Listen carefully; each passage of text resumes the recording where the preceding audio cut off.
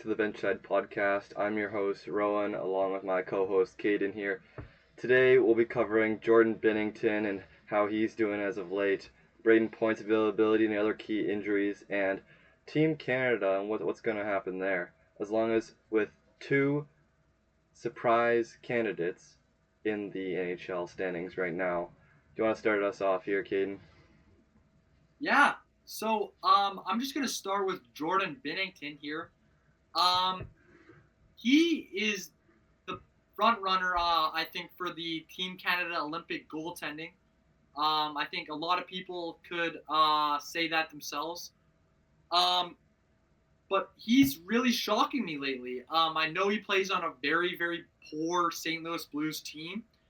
But I just want to speak out some numbers here and maybe let you speak a little bit, Rowan, on his behalf. Um, So Jordan Binnington has a 3.53 goals against average and an 871 save percentage in 27 games. That is nothing that I want to speak about anymore. That is horrendous. That is absolutely can't sugarcoat that any better. There was people saying that this guy didn't even deserve to make Team Canada just for how bad these numbers are. How do you feel about Jordan Binnington? As I've said in previous segments, I really do believe it's Binnington's net to lose. But as of right now, he's slipping his grip on it. Right now, it's fallen away from him. He is playing on a terrible St. Louis Blues team that really doesn't have what it takes right now. I think they're sitting 30th ish in the league, and they look terrible in front of him. So not to say that he won't absolutely stand out in the Olympics here for Canada. He could definitely be a difference maker, but from what we've seen this first half of the season, he's not looked fantastic, and certainly not looking like the goalie Canada wants to stand in front of. Yeah, I can't agree any bit more, but the way Binnington played in the Four Nations is the only reason that he got that spot on the Team Canada. I do think one of the other things that helped him out a lot, I'm not 100% sure on this stat, but I do believe the St. Louis Blues general manager is the general manager of Canada. That's one of the reasons that Colton Parayko and Jordan Binnington made the team. I do believe Binnington deserved it, and I do believe he should start game one. I think the last thing I'll just throw in there is Connor McDavid, when he went into the Four Nations, he wasn't as hot as he is right now. He wasn't the best player he was, but he wasn't the worst player. He was a little bit okay. And Jordan Binnington, he's gonna have a fresh start on Team Canada. He's gonna start day one, and he's not gonna be looking at his poor play for the St. Louis Blues. He's gonna be starting fresh, and I think let's give, as Canadian Olympic fans, let's give Binnington that start fresh chance. And yeah, Yeah, so just want to bring a couple stats here. Obviously, Canadian Olympic rosters were announced, and neither of the I'm a bit of a homer here, but the Colorado Avalanche goaltenders were named to the roster. Just a head-to-head here. Obviously, the Avalanche are a dominant team, and I do recognize that they are an absolutely stacked team, and they've barely lost in regulation. But looking at some advanced stats here, Jordan Binnington is 8-12-6 this year, which is frankly pretty great playing in front of that St. Louis team. Mackenzie Blackwood is 13-1-1. Um, Blackwood has 30 goals against to Binnington's 87. Um, Blackwood has a 207 save percentage to Binnington's 353, a 924 to Binnington's 871, and yeah, I just want to put those stats out there. This is obviously a homer pick, but yeah, really reconsidering. I hope the goalie picks here for Canada. yeah.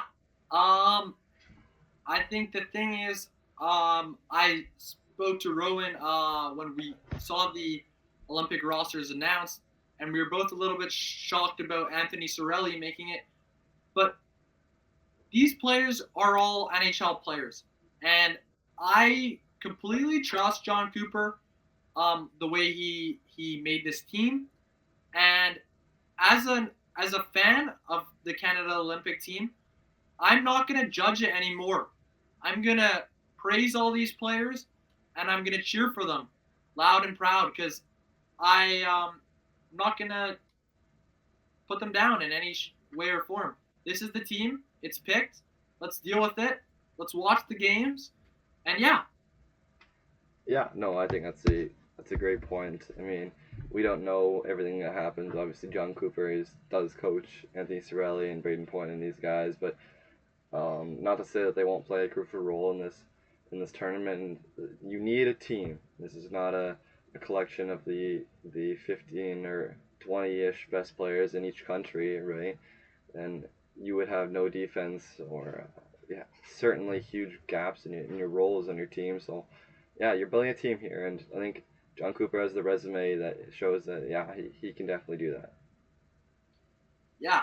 The biggest thing. Let's move our way into the NHL standings now. So I'm just gonna tell you about the 5 last place teams in the league, and I just want you to give me 1 or 2 names that speak out. So in last place is the Vancouver Canucks, then the Winnipeg Jets, the St. Louis Blues, Calgary Flames, Chicago Blackhawks. The Chicago Blackhawks, Connor Bedardless. Obviously, he was out for the past couple of weeks over the winter break. He was injured with that shoulder injury, and then he just sat out with the flu the other night versus the Edmonton Oilers. It's been a tough stretch for him, but I'm sure he'll definitely get back into a groove, and once he's completely 100%, I'm sure he'll put himself back in the top of the league conversations. As for the Blackhawks themselves, it's bleak. They've got a lot of high-end young talent that is not complete and needs a lot of help and maybe some veteran presence. And I think there's a long way to go, but the pillars are there for a good rebuild there in Chicago. Another one that steps out to me is the Vancouver Canucks and the Winnipeg Jets.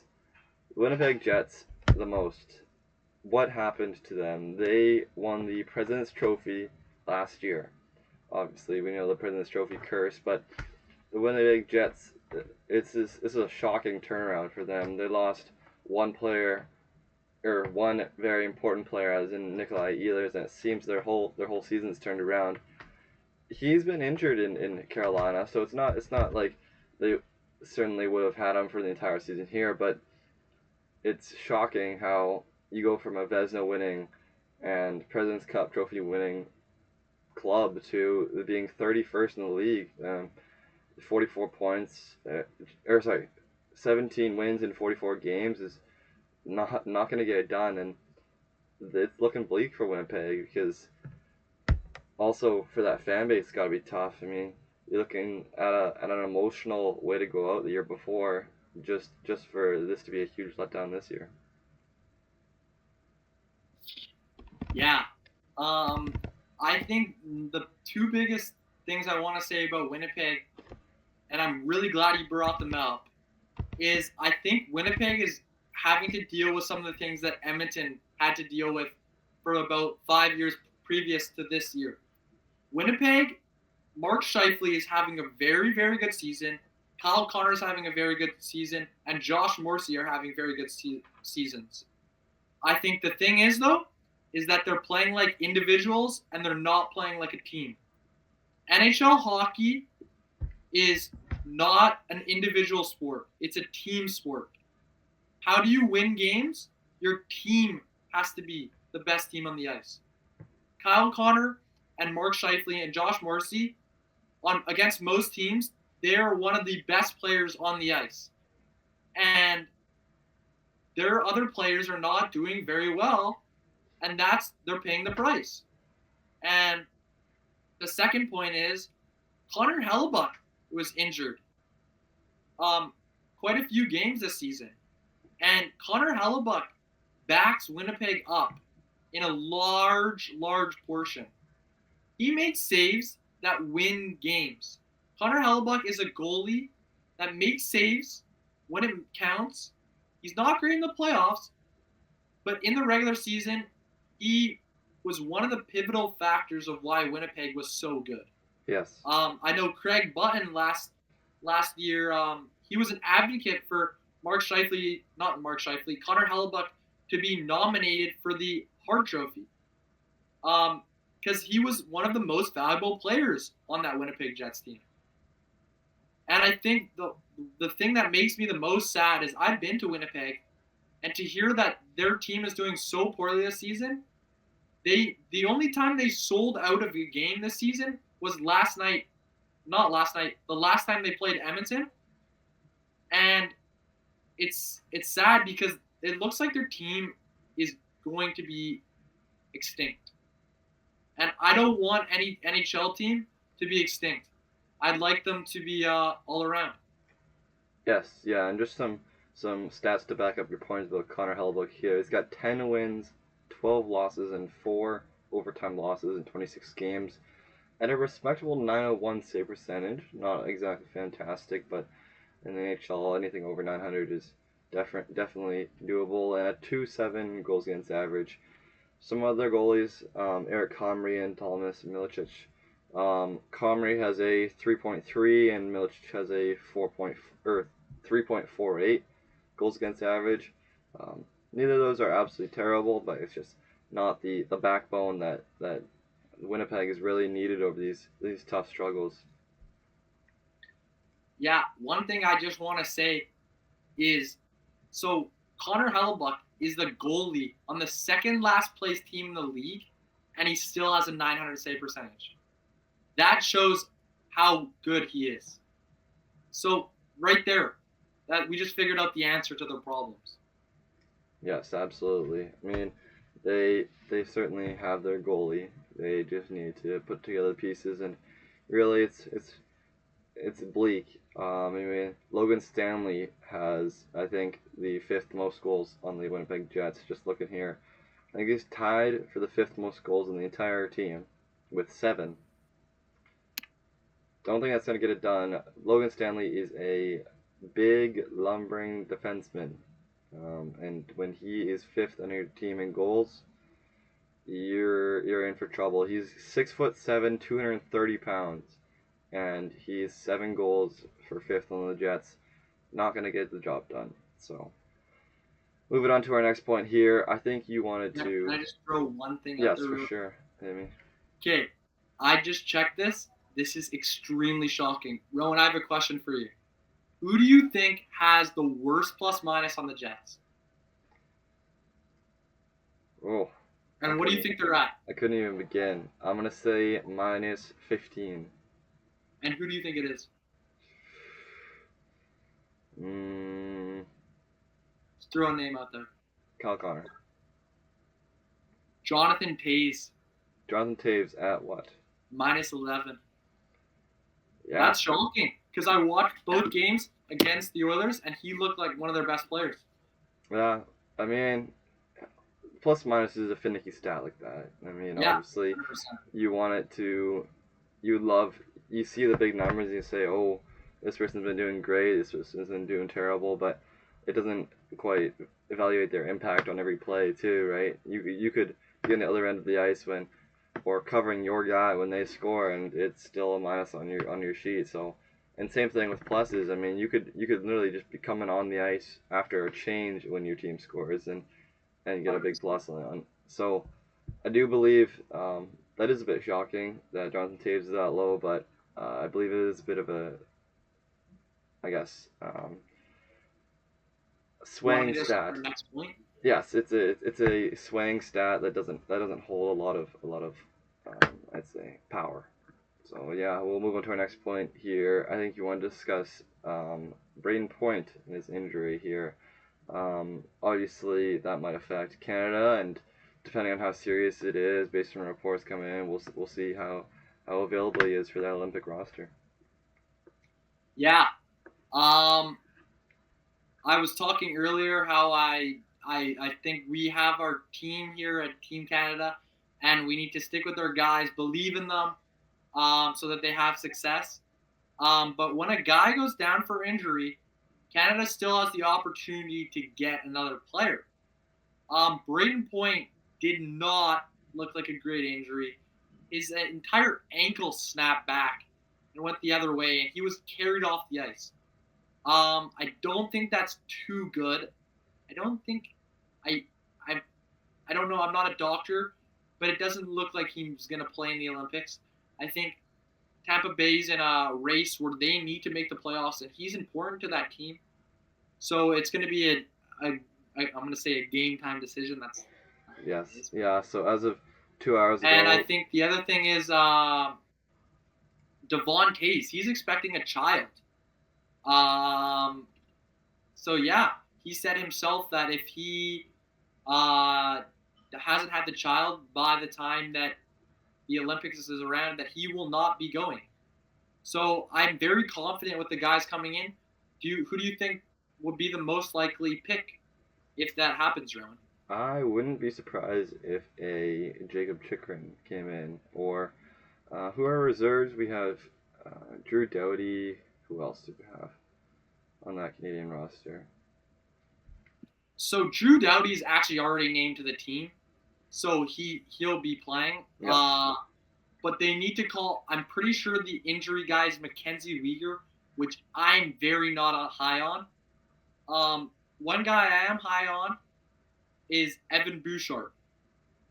Last night he scored 2 goals and had 1 assist, and his assist could have been a goal. It banks off Hyman's foot and goes into the back of the net.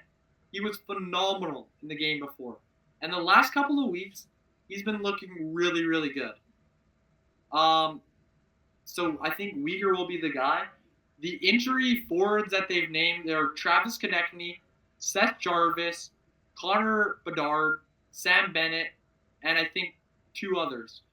Is one of those speak out to you that will be picked? I really like Sam Bennett. I know he's had a really tough start to this year, but he brings grit and experience. And if as we receive more and more images of this um, Italy Olympic ice, it just becomes more and more apparent to me how physical and fast this game is going to be on such a cramped ice.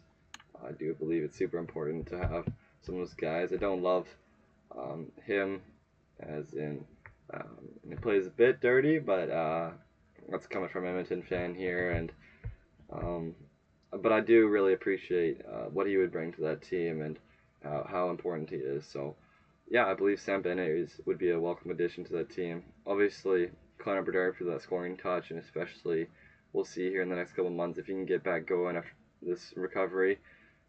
But yeah, that's what I'd love to see. Yeah, I think I'll just wrap something up just to end the podcast here. The biggest thing is I personally really feel bad for Connor Bedard. The play where he got injured, there was about 1 second left on the clock. It was, I'm pretty sure, against the St. Louis Blues. And the buddy cross-checks him straight into the numbers. They've already won the game. The game's over. The coach should have took Bedard off the ice and takes one right in the numbers, and bye-bye his Olympic chance. All gone. And Yeah. Sam Bennett, the thing I think the reason he isn't having as great of a season is he's right now being heavily relied on. He's playing first-line minutes because Matthew Tkachuk and they had some other injuries. So he's going against the best of the best when he plays every single night. And Sam Bennett, he's one of the best players, but I think one thing that makes him really good is when you don't know he's there, when he's lurking. He doesn't need to be the best player, but when he isn't needed, that's when he's at his best. Yeah. Yeah, I absolutely agree, and I think that's a great way to wrap up the podcast. So I just want to say thank you on our behalf for joining us today. Don't forget to like and subscribe as always, and leave us a comment down below. Tell us your thoughts on any of the points we mentioned today, and And thanks for watching all the way through. So, yeah, this is Kaden Rowan signing off.